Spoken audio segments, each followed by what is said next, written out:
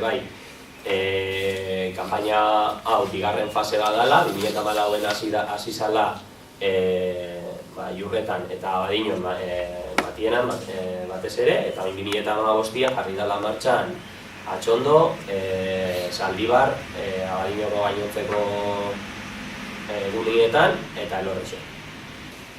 Material hori banatzeko,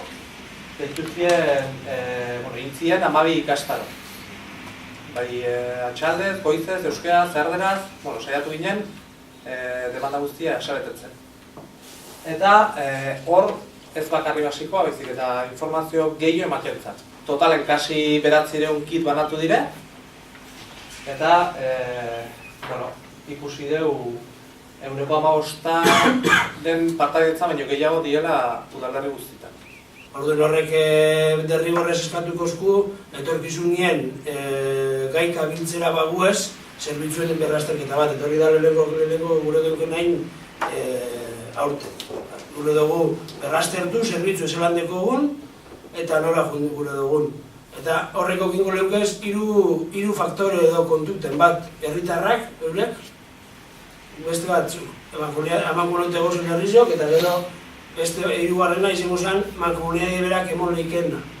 Segun, arrazke ematen dugu personal bat, dugu gaitasun bat, eta horrek hiru faktorieko ginen kontuten urten biko leuke Durangaleko etorkizuneko zaborrik eta zerbitzuek. Con el orgánico hay dos maneras de actuar.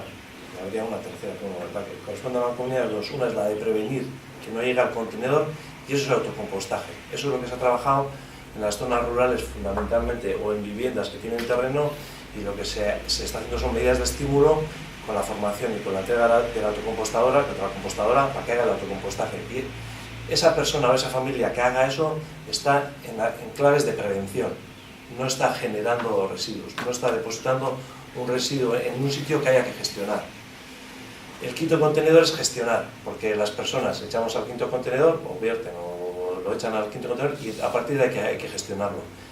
De ahí se genera compostaje, pero eso no es autocompostaje, De ahí se gestiona lo orgánico y con un procedimiento de gestión se genera luego